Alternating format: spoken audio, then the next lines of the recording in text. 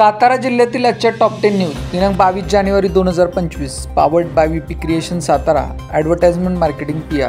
विडणी तालुका फलटण येथे मृतदेह आढळलेल्या परिसरात सापडली धारदार शस्त्रे। विडणी 25 फाटा येथे अज्ञात महिलेचा मृतदेह अघोरी प्रकार असल्याचे आढळून आल्याने ऊसाचे 15 एकरातील क्षेत्र ऊस तोडून मोकळे केल्यावर परिसरात पोलीस पाहणी करताना 2 सुरी व एक सत्तूर सारखे तीक्ष्ण हत्यारे मिळून आल्याने अंधश्रद्धेतून महिलेची अमानुषपणे हत्या केल्याचे जाणवत आहे। घटनेचे गांभीर्य ओळखून पोलिसांनी वरिष्ठ अधिकाऱ्यांसह वेगवेगळे पथक नेमून श्वानाद्वारे तपासणी केली। फॉरेन्सिक पथकाद्वारे नमुने घेण्यात आले।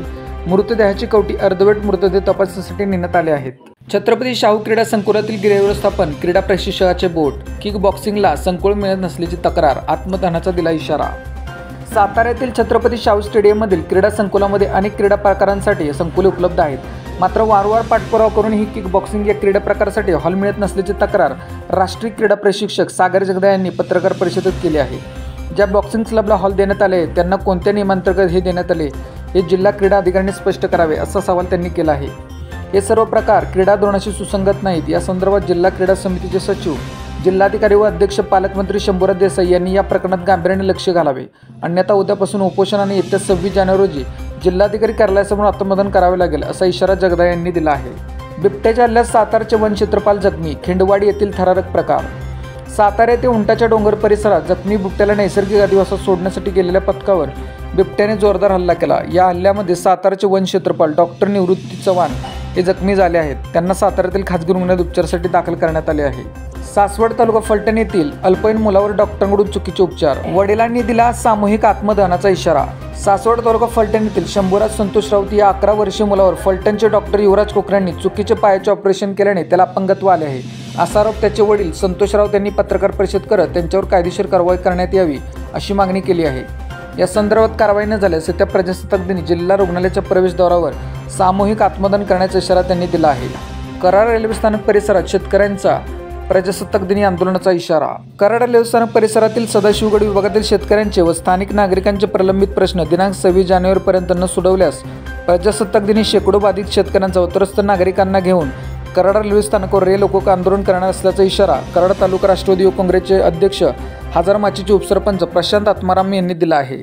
मिरज ते पुणे रेल्वे मार्गाचे दुहेरीकरणाचे काम सुरू करण्यात आले, त्यामुळे अनेक शेतकऱ्यांच्या शेतजमिनी रेल्वे प्रशासनाने हातांतरित केल्या। अनेक स्थानिक नागरिकांना अनेक अडचणींचा सामना करावा लागला, तरीही लोकांनी रेल्वे प्रशासनास सहकार्य केले। त्यावेळी लोकांच्या अनेक अडीअडचणी सोडवण्यासाठी प्रशासनाने आश्वासन दिली, परंतु अनेक शेतकऱ्यांच्या ऊस वाहतुकीच्या, रस्त्याचे, पाणी पुरवठ्याचे अशा प्रकारचे बरेच प्रश्न प्रलंबित आहेत। त्यामुळे हे प्रश्न न सुटल्यास प्रजासत्ताक दिनी आंदोलन करण्याचा इशारा त्यांनी दिला आहे। कोरेगावातील अतिक्रमण हटाव मोहीम तुर्तास स्थगित, विशेष बैठकीनंतर मुख्याधिकाऱ्यांचा निर्णय।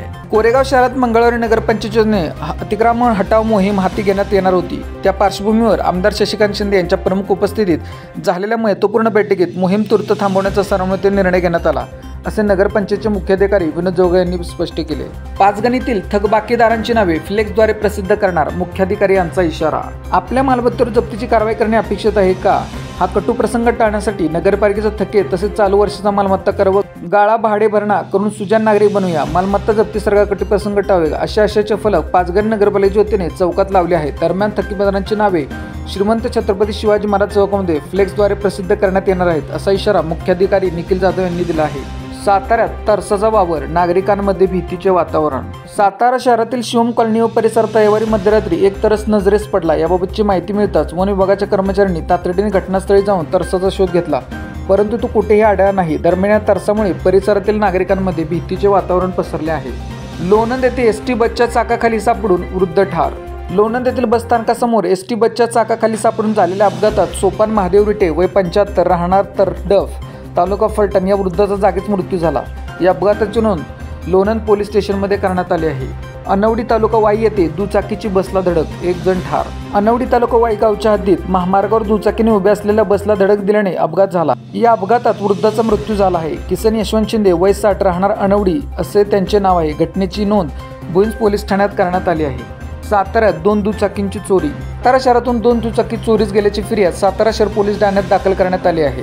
15 जानेवारी रोजी 8 ते 8:15 वाजण्याच्या दरम्यान सिव्हिल हॉस्पिटल साताराच्या पार्किंगमधून संदीप साहेबराव आवडे राहणार सैदापूर सातारा यांची दुचाकी चोरट्याने चोरून नेली।